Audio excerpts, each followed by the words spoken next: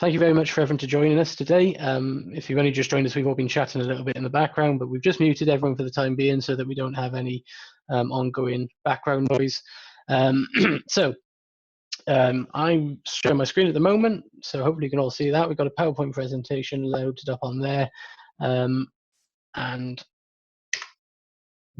now I'll just run through what we're going to be covering on this session today and the reasons behind it.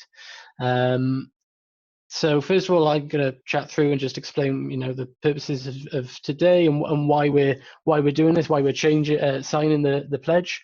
And then Rach from Time to Change Wales is going to explain a little bit more about what the organisation does and what the pledge means as well. We've then got Alex and Dora, Alex is one of Time to Change Wales's champion volunteers, and I think she's going to talk to us a bit about her own particular story. I then physically, or virtually I should say, sign the pledge, which we'll grab a couple of pictures of, and it's obviously then going to go on display in the office.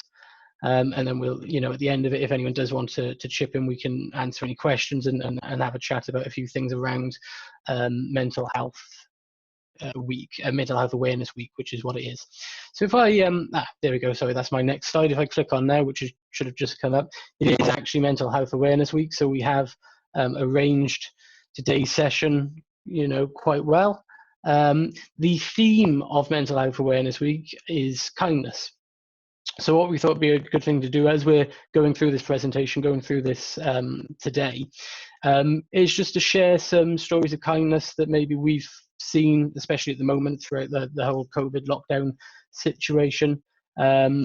Either examples of care, of kindness that you've received or that you've dished out as well. So if anyone's got any thoughts that they want to share as we go along, pop them onto the chat.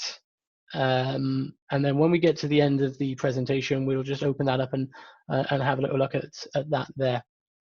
Obviously, we're going to be popping this through social media and so on. So if anyone does share or want to post anything about the session and so on, then there's a hashtag Mental Health Awareness Week, which, for the benefit of marketing, I've been asked to make sure that we include. So I won't speak too much about what the pledge means, because I think that's what Rach is going to cover on behalf of Time to Change Wales. What I want to just give everyone a flavour of, and hopefully we're all fairly aware of this, but it's the various mental health support that we're trying to offer to all of you guys, especially, like I say, at the moment being in lockdown. As most of you know, we do a lot of things.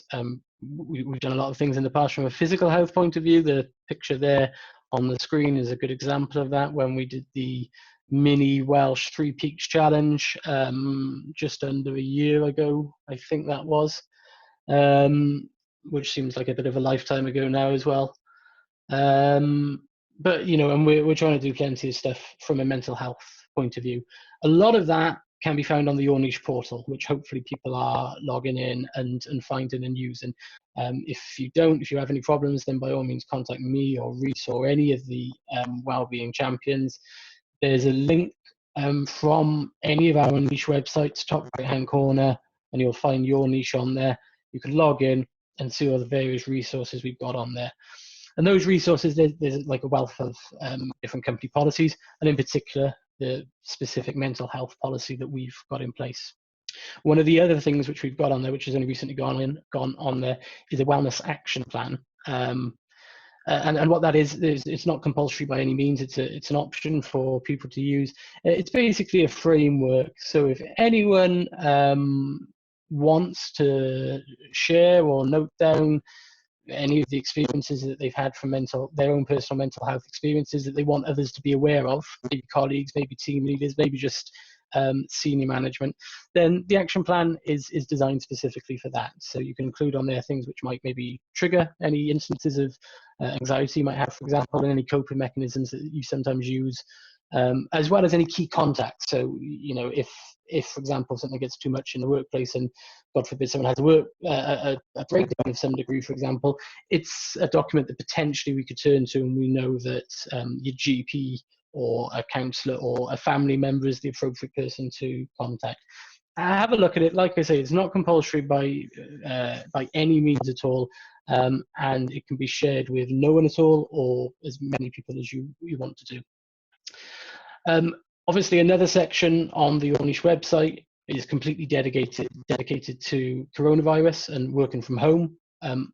We're all getting very used to that now, and touch wood, it all seems to be going fairly well. But there is a section on there with some helpful hints and tips about working from home and so on, that people might find useful. So if you haven't had a chance to look at it, then please do. One of the other areas of support is the fact that several of us within the company so far have undergone mental health awareness training, most of the senior management and some of the team leaders as well. Alan from Be Well, who conducted the training, is on the call. I wanted to, we invited Be Well.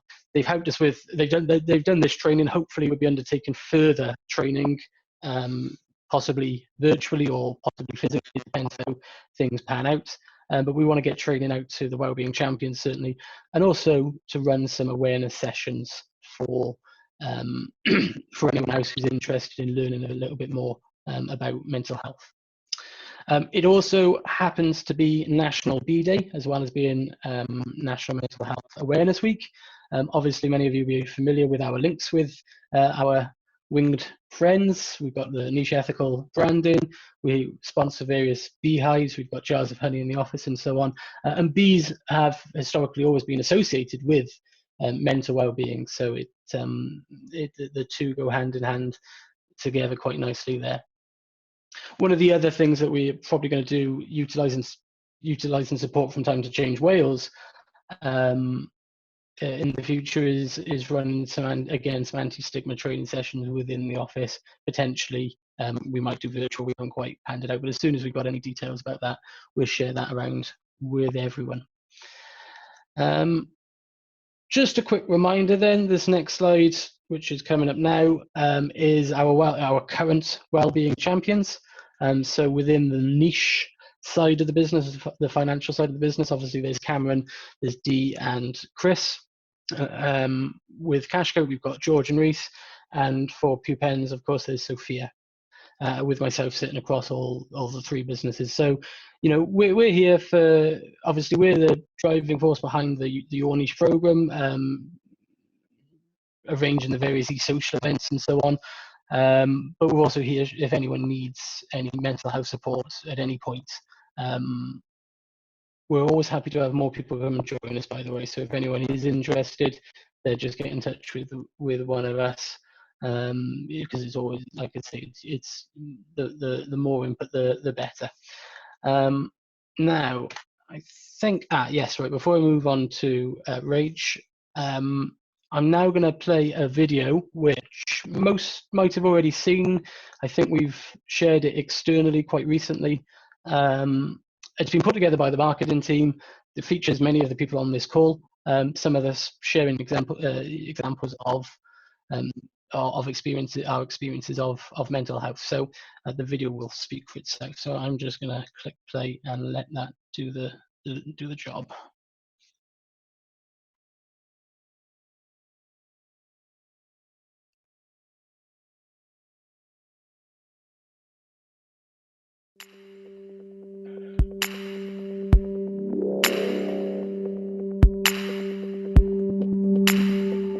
Mental health is something that we all have, whether we have good mental health, bad mental health. It's not something that's specific. Sometimes we have highs, sometimes we have lows.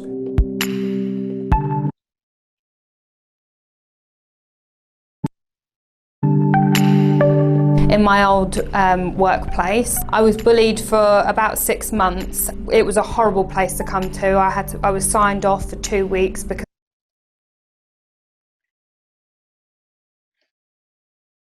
I couldn't deal with the way I was treated. And eventually ended up in disciplinary for that other person, and it just wasn't a nice place to come to work. As someone who suffers from anxiety generally quite often, I think it's important that we acknowledge that this can have an effect on the workplace and the work ethic that we might put out. For me, myself, like often when I suffer from it, I tend to draw inwards and not express myself as much, and thus my work suffers. Back in 2013, I had a nervous breakdown. So that was, what, 6-7 years ago now. In that time, I've been going through different careers. I had a go at mental health nursing, ended up having a second nervous breakdown with some family bereavements. For me personally, I did experience one recently with the passing of my nan, and the firm niche were incredibly supportive of me. I had time off to go to the family, I had time off to go and see her when she was in hospital, and the support thereafter and everyone chatting to me was immense. Seeing firsthand sometimes through colleagues, friends and family members the effect of that mental health can have on people, and I've actually learned quite a lot over the last few years, and my own opinions have changed. Since becoming the boss of a company with several staff, my own personal experiences as well as employment laws and rules changing over time has meant that we've had to make changes to the company, which has been good for lots of reasons. It's meant that we're more open, more understanding, and just generally as a company more accepting of different people's situations. Those who know me know I'm pretty old-fashioned in my approach to things. I'm quite shoulders back, get on with it. I am fortunate enough to have good mental health, but those who are similar to me in my approach may necessarily have poor mental health. There is no correlation between how you are perceived and your state of mental health. And if we can spread the word on this, then it's a job well done. The most important thing is that you're happy in your workplace, because that's the place that you spend most of your time. Even to this day, I still have my bad days, my bad weeks, but through talking and being quite open about my mental health, I've been able to get the support that really I'm privileged to actually have. No one should suffer in silence, and it's important to openly talk about mental health issues. When you do openly talk to other people about mental health issues, you realise that you're not suffering alone, and other people do experience mental health issues as well, as with myself, close friends and family, and it just goes to show that people should be more empathetic of each other and openly talk about things. A person with mental health is not crazy. They're actually capable of leading big projects, rewarding careers, and you know, they're hard workers as well. I believe it is time to treat the person and not the illness.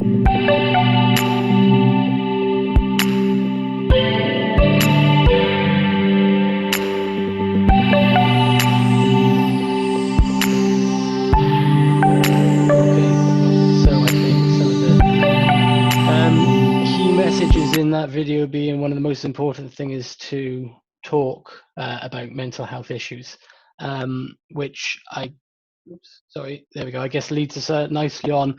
I'm going to bring Rachelle now, who's got a presentation, obviously, which represents Time to Change Wales, an organisation whose one of the main priorities is ending stigma around mental health, and I guess one of the key issues, the key ways of doing that is talking about it, which hopefully that video demonstrates to some degree. So, Rach, are you there? If you can unmute yourself. I am indeed. Are you happy to move my slides? Yes, of course, no problem. Brilliant, thank you. If you'd be kind enough to move the next slide.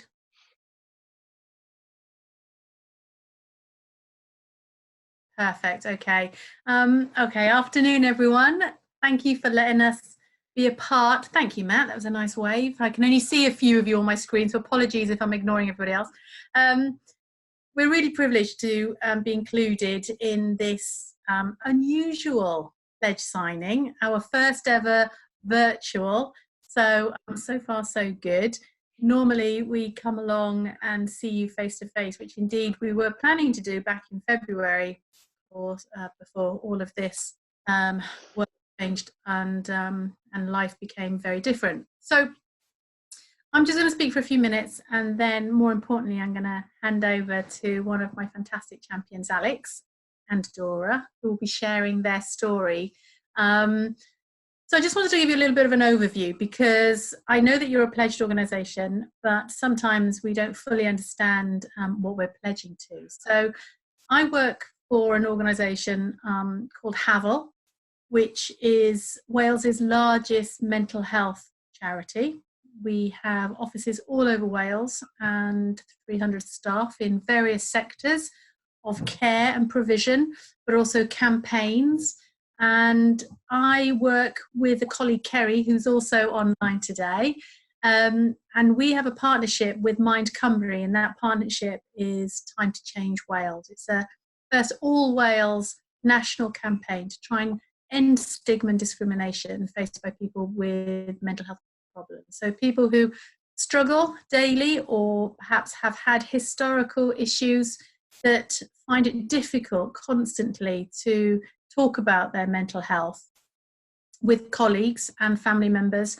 Our campaign tries to encourage people to accept that it's okay not to be okay, and that to speak to somebody, share their challenges in order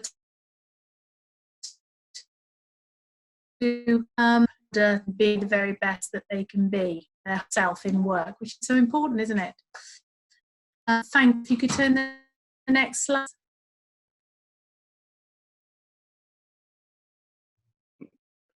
This is only, we're in Australia often. This is the only downside, that there's always like that slight. So we want to get people talking about mental health, and having events like this are just what, and by Alex sharing her story, what we hope is that it will encourage more and more people within your organisation to share the times that they are struggling with fellow colleagues, and to speak to line managers where necessary, because as an organisation, Niche are so keen to support you guys, which is really encouraging to hear.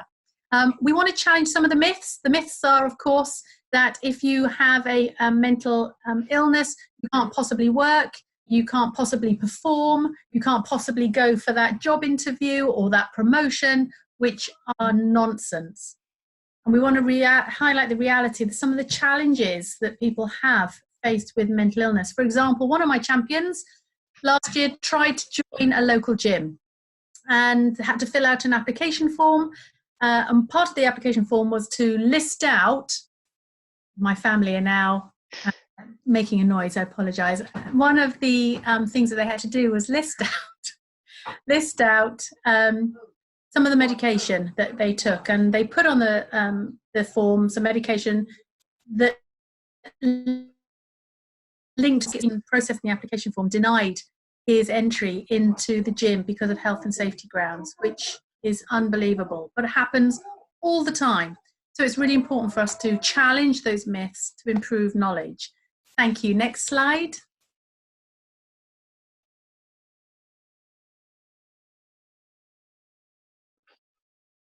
So I'm going to go through, if you can pop all the numbers up, that's fine, Tom, thank you. I didn't realise that I'd obviously done a fancy previous talk.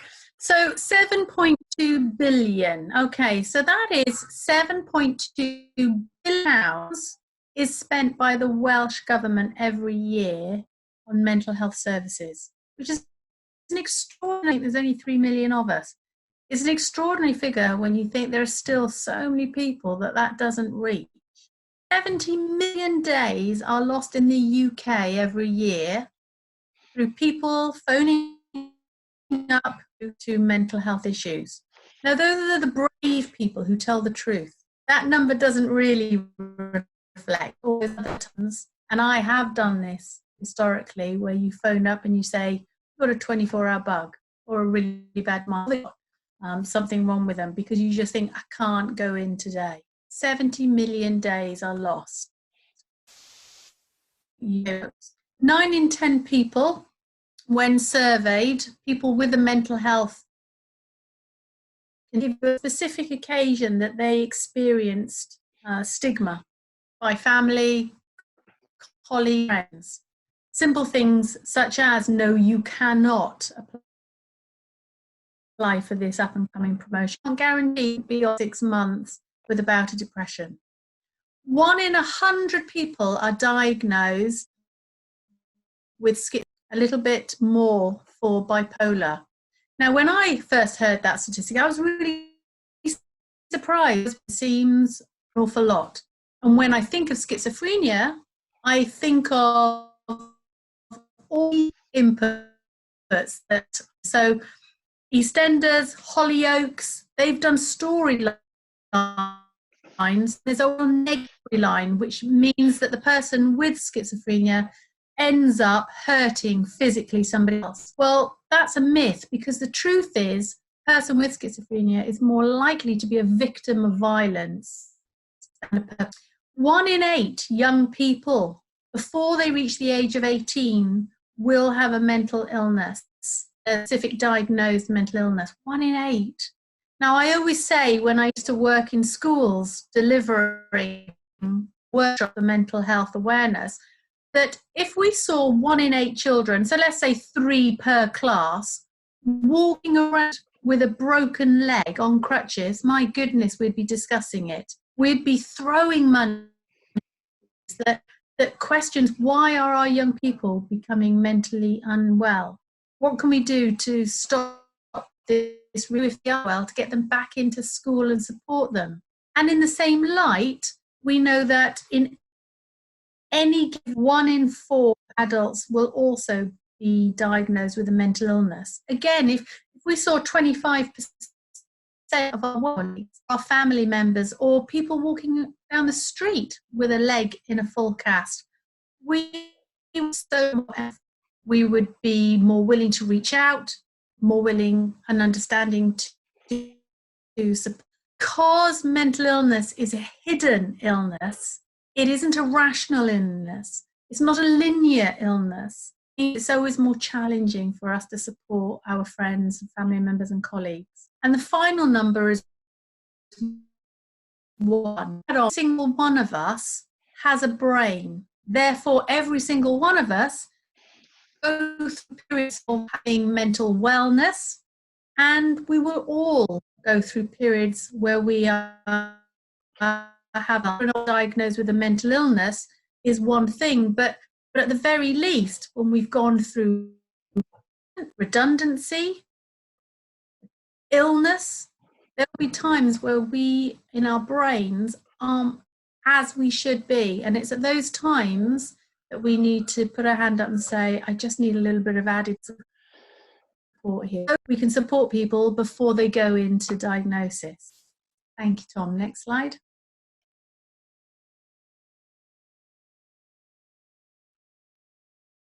So I'm going to show you a little video, hopefully. I'll be like returning back to work the old way. Thank you, Tom. Okay, I'll hit play now. Can I ask, we've got a little bit of lag by the looks of it. Can people turn off their videos? I think we've discovered in the past that seems to help a little bit, freeing up some bandwidth. So if might make things a bit easier.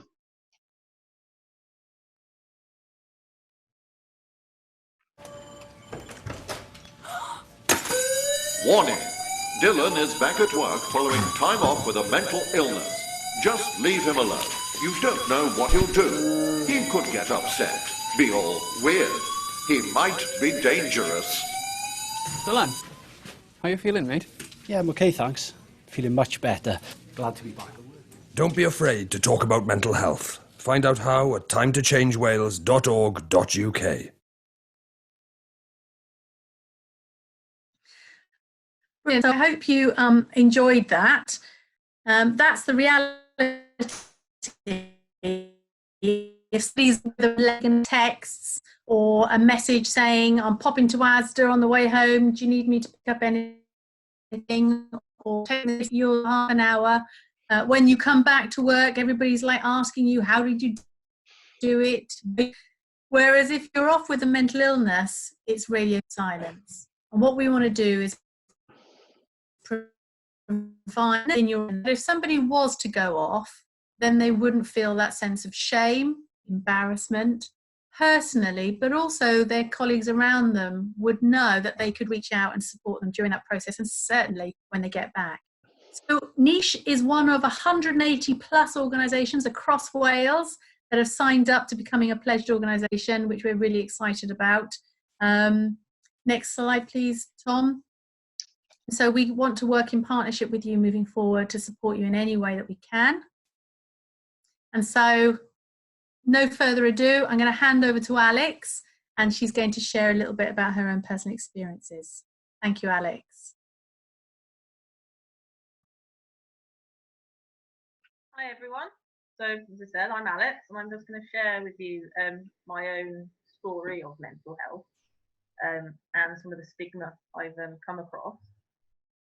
So I'll tell you. We've lost you a second, Alex. If Reese, can you unmute Alex? Yes, you're back. Brilliant. Yeah, if you could do a next slide for me, please. Okay. Yeah, I'm Alex, and I've been a volunteer with Time for Change for a while now. And I'm just going to share with you my own story of mental health and discrimination I've come up across over the years. And then we can just see, and hopefully it will just show that anyone can be affected by mental health. Next slide, please.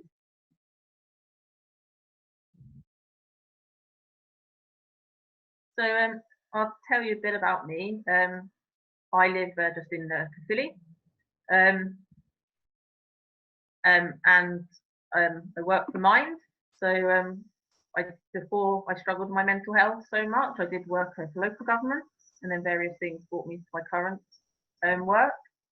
And in my spare time, I like doing a lot of photography because we do live in a lovely place. Next slide, please. So for me, my mental health thing, people would always kind of say to me, so why do you have depression? What horrible thing happened to you to get you to have depression? What was your childhood? And I had a lovely childhood. I really can't remember anything bad about my childhood. I was filled with animals, which is always good. But I do always remember struggling to make friends in school. I don't remember it bothering me though.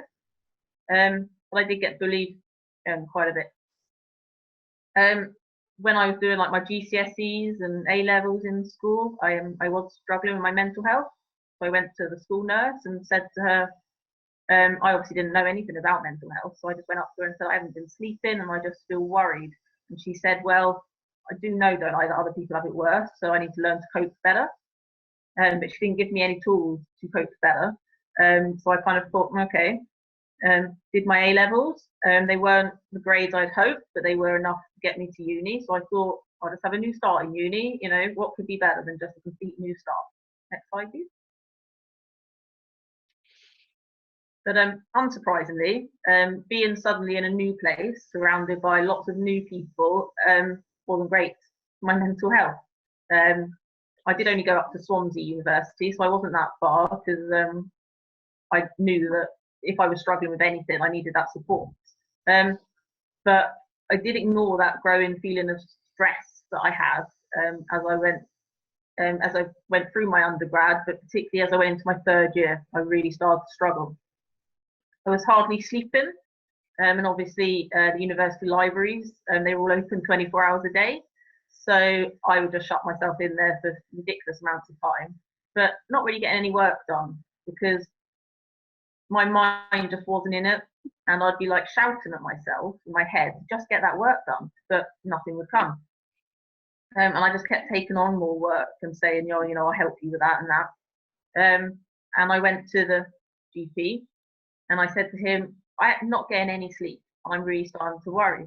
I'd started to experience intrusive thoughts. I'd started to have these flashes of thoughts that I needed to take my own life. So I went to first GP, and he kind of looked at me and said, well, you look fine. And I said, yeah, but I really am struggling. And I told him some of the thoughts I was having. And he's like, yeah, but you haven't made any plans. And I said, well, no, but, and he kind of just pushed it off and said that I did need to just cope better. He basically said the same as what the nurse in school did. So I kind of said to him, but I just don't know what to do. And he kind of gave a big sigh and said, I guess I'll refer you to, I can't remember who it was or what they were, but some sort of mental health nurse. I hope she wasn't. So I went to see her, this mental health nurse, and I was so ready. I just spilled out my heart and my struggles. And she just said to me, she said, "Oh, well, do you pray?" And I said, "What?" She said, "Do you pray?" And I said, "Well, no, I don't, but like my friend and my flatmate goes." And she said, "Well, that's your problem. You just haven't been praying enough." And I kind of just looked at her in a bit of disbelief for a bit. And I said, "What?" She said, "Well, if you don't ask him for help, how can he help you?" And I just didn't know what to say at all. So I kind of left that again, thinking, well, it's definitely my fault that I feel like that, in that case. But kind of pushed through it. And I managed to, during all that, somehow I did meet my partner, and I did manage to graduate my undergrad in 2011. My mental health wasn't great, but I didn't really accept that, and I kept pushing on. But my mum could see I was struggling, and she said, "Right, when you graduate, you've got to have a year off. Just don't really look, don't do that." Just that. And I said, yeah, of course. But then I got a scholarship, so I thought, oh, I can't refuse that. That'd be stupid. That would be ungrateful. So I went straight into my master's. The increase in work was a bit ridiculous. I did work it out a couple of times that there wasn't the hours in a week that made up for all the hours I was meant to be putting in. So I kept trying and pushing, but it didn't go too well. And after 8 weeks, I had one of those moments. I broke my favourite mug, and once I started crying, I couldn't stop. And in amongst all the tears, I kind of rang the university, and I said to them, "You've made a mistake. I never should have had this scholarship." And they didn't know what to do with me. And they kept kind of transferring me to someone else and someone else. And it was only by chance that I got transferred to one of the tutors that was from my course I was doing, but I'd only met him a few times. And he kind of said, "Well, to be honest, Alex, you sound like you've got depression." And I kind of looked and I said, "What? No. And he said, "Well, you have." And he said, "But I've had depression." And he said, "I struggle with depression, but it's okay." And him just being that honest with me about his struggles as a senior lecturer, he could still have depression, just immediately made me think, oh, so maybe it's not my fault. Maybe it's not something I'm doing to feel like this. And that helped a lot. And then with his help, he helped me put in a few bits that I could have my thesis in a few months later. And with his help, I did graduate. But I wouldn't have otherwise. If he hadn't been that supportive, I would have dropped out of my master's, and I just would have done it then. But because of his support, it did mean that I was able to graduate. Next slide, please.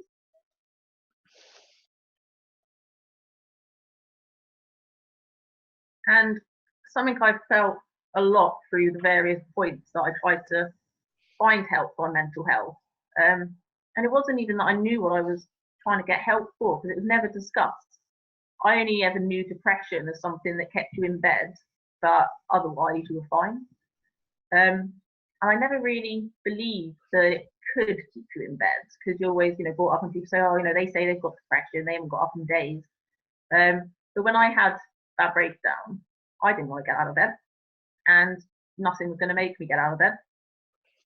And some of the things people said that some of them were trying to be nice, and they'd say, oh, you just need to change your frame of mind. And you'd always think that would be amazing if it was that easy.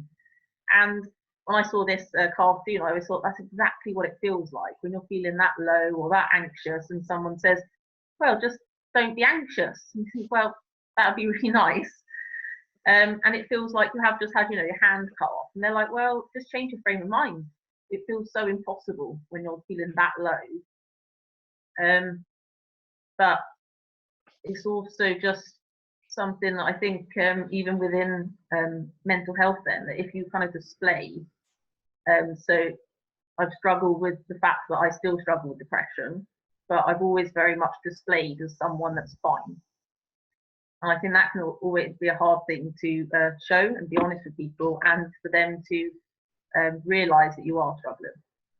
Because they say, you're fine, you look fine. Next slide, please. But I have struggled with my mental health ongoing, and that's something I've come to accept. But a thing that I've struggled with a lot is the self-stigma, kind of, feeded by the stigma I've had from others.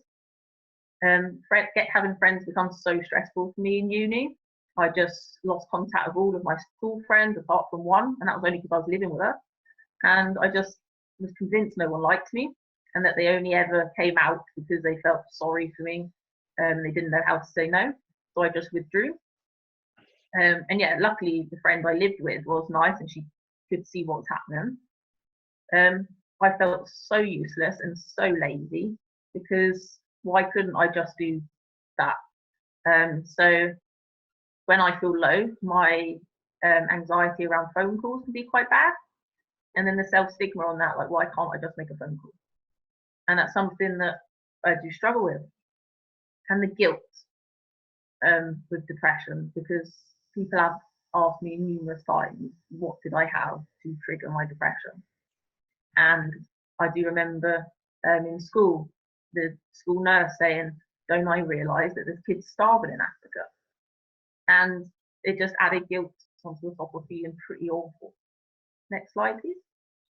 But over the years, I have found things to improve my well-being in general and to accept my mental health. I manage my mental health now like I manage my physical conditions. And it is thanks to my friends and my partner. I can accept that actually depression wasn't my fault, but I can manage it now.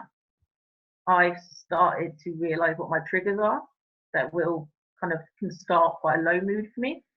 It's very based around the weather for me, so I've been feeling pretty good lately. But during winter, I struggle a lot. And then my main thing has been actually accepting help when people offer, because I always felt too guilty to accept help before because I didn't feel like I was ill enough. And then I just found things to improve my mood and started to talk more. So I did join Time to Change, however many years ago now. And I just talk now. Me and my friends talk a lot. Next slide, please. And the more I talked, the easier it became. I am a great believer in dogs. I have noticed a couple of dogs around in there, so I think there's a lot of dog lovers here. I've always had dogs. I grew up with dogs. I used to handle people's dogs at Crufts and all that. I think the fact that I struggled with my mental health so much at uni wasn't a coincidence with the fact that I didn't have a dog, because they're obviously not allowed in the university hall. So when I had my breakdown in 2011, my partner, he was a bit, didn't know what to do. I mean, we'd only been going out about a year at this point. And he was like, what can I do? And I said, well, I don't know, because the family dog had just died. I didn't know. And he was like, gonna get you a puppy. So we got the first one, we got Hugo. I always say, well, he probably should have specified on numbers, because we do have 3 now. But I got Dora in 2015 when I was struggling with my mental health again, when I was in work. And she made a big difference to me. So she's now a qualified therapy dog. So when obviously we could, I'd take her into colleges each week to see students that are struggling with their mental health. And she normally joins me on the Time to Change talk. And just generally having the dogs has brought me a lot. Next slide, please. I do a lot of dog sports and various things with mine to just keep my mind busy. I get outside a lot, and between me and my friends, we really do have a lot of dogs, so it is quite good to just take them out. Even if we can't walk far, we just go and sit. We do it every Sunday, or we did every Sunday, and even if people didn't want to chat, it was always nice knowing that you could. And we always just used to say, you just said that you had a bad brain day, and it meant that people didn't have to talk about why they were feeling bad or anything. They could just say, I'm not feeling great today. And it was a big turning point for me to just have that every Sunday. Next slide, please. That might be the end. And I just noticed that when I started talking to my friends, they all suddenly started, I realised that actually a lot of my friends were struggling with their mental health. And us meeting on a Sunday became kind of known that we invite other people to come and have a walk with us if they're struggling, to just have a bit of a chat, because there's things to focus on, there's the dogs and everything. So that is my story, but I will take any questions people have. And yeah, thank you for listening. Thank you very much, Alex. We really appreciate you sharing your story with us. It's as we said, definitely it seems that talking about it is one of the most important things, without doubt. And it's great to know that one of the things I've come to understand over the years through experiences with mental health is that it doesn't necessarily go away, but it's finding ways of coping with it when it gets bad and having a support network around you. And in particular, really interesting to hear about the dogs, and in particular Dora being a therapy dog. I'm already anticipating the requests for an office dog from several members of staff, who I can see through my office window at the moment, actually. But because we're a big dog loving company. Well, we're split to some degree. We've got dog lovers and we've got cat lovers, but I think the dog lovers are winning. So thank you very much for that. At this point, does anyone have any questions if they want to unmute themselves and jump in?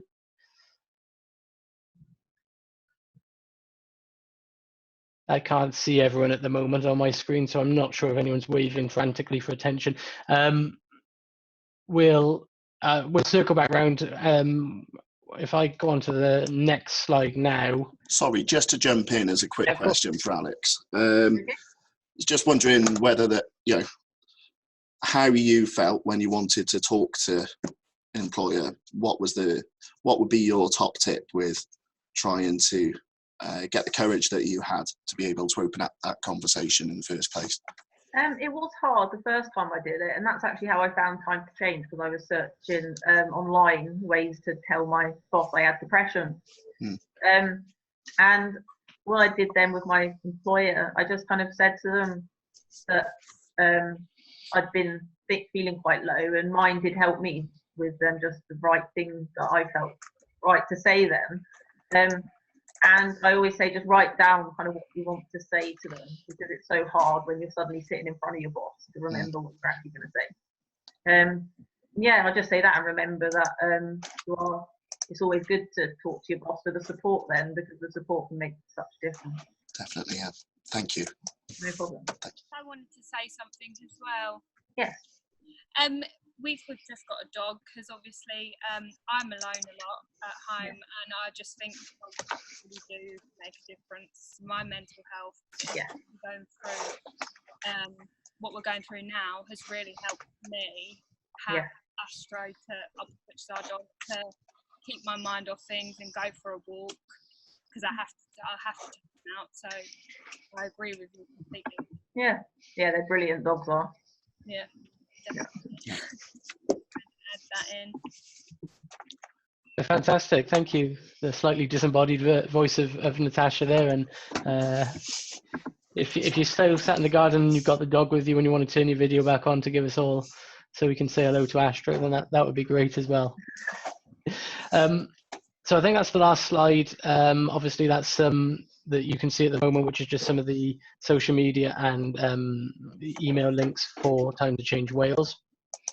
I have a slightly novelty giant-sized check with me, not a check actually, but the pledge, like the good old-fashioned sort of charity checks that used to see Noel Edmonds going around dishing out. And this is the mental health pledge that's been sent to us in advance by Time to Change Wales.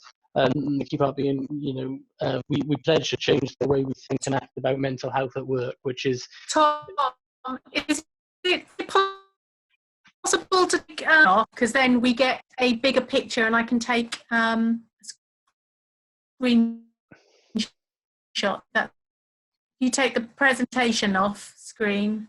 Oh yeah, of course. I'm with you. You're a little bit, your audio is a little bit jumpy, Rachel. I didn't quite grab all of that, but yeah, I'm just signing it now, and then I'll hold it up. And then after this as well, we're going to do I think Reese is around to take a proper picture of the pledge as well, so we can get some screenshots, and then we get some pictures, and then we're going to put this obviously on display in the office. If you could just hold on for us as well, Tom. Yeah, no problem. The eagle-eyed of you might well notice that the name on there actually says Matt Wiltshire, Managing Director, because of when we originally arranged this. So, Rachel, it might be great if we could get an updated one at some point, but to save anything, we decided we get it signed anyway. Sorry, I'm quarantined in Abergavenny, so... Yeah, exactly. Logistics dictated that we did it this way. just want to say that I'm incredibly happy to be signing the pledge and committing to what we're already doing. I hope we hope we're doing a lot of already, and keep doing a lot more of, which is being prepared to talk about mental health within the workplace. Thank you. Yeah. Okay, Brill. If I just bring up the screen again quickly. I had one or two more slides, but nothing major. Yeah, hopefully you can see my screen again quickly.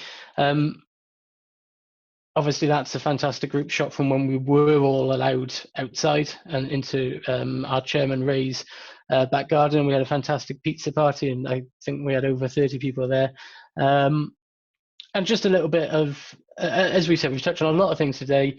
Hopefully, if anyone does have any issues at all that they ever wanted to discuss, they feel like we provide them the support, as much support as we possibly can. And the options you've got are a fair few. Talking about it is the main thing, whether that's talking to colleagues or friends or family. The wellbeing champions are all here, and obviously, like I said earlier, the team leaders and senior management, we've undergone some more awareness training as well, so we're always happy to talk to anyone. I think the next slide, we're by no means experts, of course, and there are plenty of other resources. The first one being the NHS, speaking to your GP. Sometimes that can be the most important step to getting professional help. Mind Cymru obviously provides great support, as do Mental Health Wales and the Samaritans. I understand they're a very good organisation as well. Should you ever need to talk to anyone, any questions at any point, feel free to contact us. Feel free to come directly to me, or any of the rest of the support network that we've got within Niche.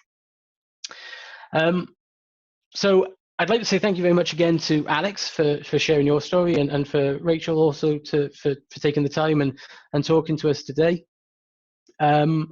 I can't see the chat window at the moment. I'm going to have a quick look in a second, but I don't know if anyone's had the opportunity to share any stories of kindness in line with the Mental Health Awareness Week theme that we've got going on. One final thing, I just wanted to add something that we're trying to do trying to do for everyone out there. We've got some water bottles which Ross from Pure Pens has kindly arranged. Just clear water bottles, which you might well have seen. They're one of the ones that he retails. They look a bit different. They look a bit funky. We're trying to get the company logos engraved onto the caps on there. It's getting quite warm outside at the moment. Mental health is obviously important, physical health as well, and one of the key parts of that is keeping hydrated. So it's a small thing, it's a small gesture that we're trying to share from us here at Niche.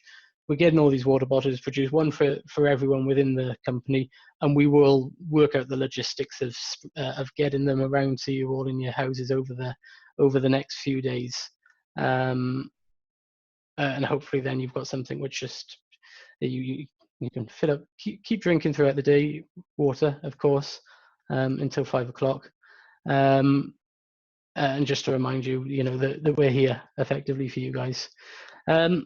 And that's everything from me. I'm going to stop sharing my screen now. Oh, wow, fantastic. I can see loads of chat windows. Reese and anyone else, actually, if anyone wants to unmute, that's absolutely fine. Yeah, do you want me to read out to you to help? Go on. Yeah. People will be fed up with my voice by now, Reese. Oh, that's cool. So the first one we got is from Rachelle, and she says, my friend dropped off some flowers to me when I was poorly a couple of weeks back. We've got Sol, who says going shopping together with one car with the housemates, so they don't have to use public transport that are not regular. Molly says going shopping for the elderly people in the town. And we'll keep going. If you wanted to chat about them at the moment. Is that you, Mo? Have you been delivering? You're muted at the... Yeah, I go shopping with people, have you? Yeah, for all the elderly people in the town. Oh, fantastic. Is that in... Us? Yeah. Yeah, fantastic. No, that's great. Then we've also got Dylan says his younger brother and sister have been going around his hometown offering to take people's pets for a walk, or going to do the shopping as well for those who are unable to do so. And Well, that's it. Yeah. That ties in nicely, doesn't it, Reece? You know, with us talking about dogs, if you haven't got a dog, go next door and ask them if you can walk their dog, as long as you respect social distancing, of course. Yeah. I think that's the key thing as well, and it's knowing who are unable to do so. So it's not just, say, the physically disabled or elderly as well, but there can be some people, especially with really high anxiety at the moment, that inhibits them. So yeah, that's awesome. George, having shopping delivered by 3 different sets of parents, I needed myself and my flatmates were needing to quarantine early on. Tom Goff, a close friend, has messaged him as he hadn't heard from him for a few days, just to see if Tom was okay, which is awesome. And I think that's a key thing as well, just checking in. Kerry says a local person has started dressing up as Polly Parrot on his evening walks and cheering up the local children. He's now been joined by Dave the Dinosaur too, to reach a wider audience. That is quality. I love that. Yeah, fantastic. I've seen quite a lot of that on social media, people dressing up just to make things more interesting. That's wicked. I reckon we should do that. Do a fancy dress walk around Newport. Yes. Like yeah. I'll have one, yeah. Oh, we got some. Oh, and Darth Vader as well. Alex has just said the local person's been dressing up in Star Wars costumes. Darth Vader walking up and down the street. Yeah. Kim, my wife has just offered me a non-alcoholic beer because it's hot outside. Is that a gesture? That counts. Definitely counts. Yeah, nothing wrong with that at all. And it's a Beck's Blue, if that means anything to any of you. Yeah, is that actually kindness? I'm not sure. Yeah. Well, I'm not a beer drinker, so it tastes the same to me either way. So it's cold and wet, and whilst it's hot outside. So besides, I've been married 37 years and I know my place. I just say thanks. I'm waiting to go out and play slip and slide with the kids, so that's all I'm going to do. There we got Josh as well, Josh Batch, checking on his friend who isn't coping well with the lockdown as he's lost his job due to COVID. And that's, it's Tash, not Josh. Cool. That's massive as well. And I think that's going to be even more important going forwards with friends and family, with the pressures that's going to come along. Yeah, most definitely. I think we definitely know. Well, we're the fortunate ones. We've got a lovely secure position. Our companies are all running like clockwork. In fact, some of them are better than ever. But not everyone's as fortunate. So yeah, taking the time to check in with them is a good thing to do at the moment. Brill. I mean, does anyone else want to chip in? Has anyone else got anything that they'd like to add at this point? I bought 2 meter long pizza paddles, so we can respect social distancing. Next time I cook pizzas, I'll hand them to you on a 2 meter paddle. Okay. Fantastic. So I'm ready to go. Plenty big enough to maintain 2 meters, even though we have got 50 odd staff. For the be in the woods. For everyone who's not with Niche, our pizza parties are becoming somewhat legendary. Ray has a fantastic wood-burning pizza oven in his back garden, which is big enough to hold all 50 members of staff. But we've also bought one which we put into the office, and we've done a couple of sessions on a Friday afternoon where we just all make pizzas relentlessly for a few hours. So we're all missing them quite a bit at the moment. And we're looking forward to having the next one as soon as we can. And it sounds like we'll be able to do that within whilst respecting social distancing rules with these giant pizza trays. So that'll be brilliant. As long as you keep your hands pretty close to the pizza oven, it's certainly going to kill off any germs being transmitted as well. Exactly. Right. Well, I mean, thanks just to all of you for taking the time. I would say. Yeah, of course, Matt. Sorry, there's a massive delay, that's all. But all I was going to say was that just in terms of, obviously everyone is here, but what I would say is that don't be afraid to come and speak to the directors and as well as your champions, guys. You know, if you do want to just chat about anything, please just feel free to come and speak to us. Yeah, exactly. Well, thanks to everyone. Thank you for taking the time out of the afternoon. Yeah, okay. Thanks very much to Alex and Rachel and also Kerry from Time to Change Wales for everything that we're doing. Alan, thank you again for joining, and thanks for the support that Be Well has provided us with to date as well. And I think with that, we'll call it a day. So thank you very much, guys. See you all soon.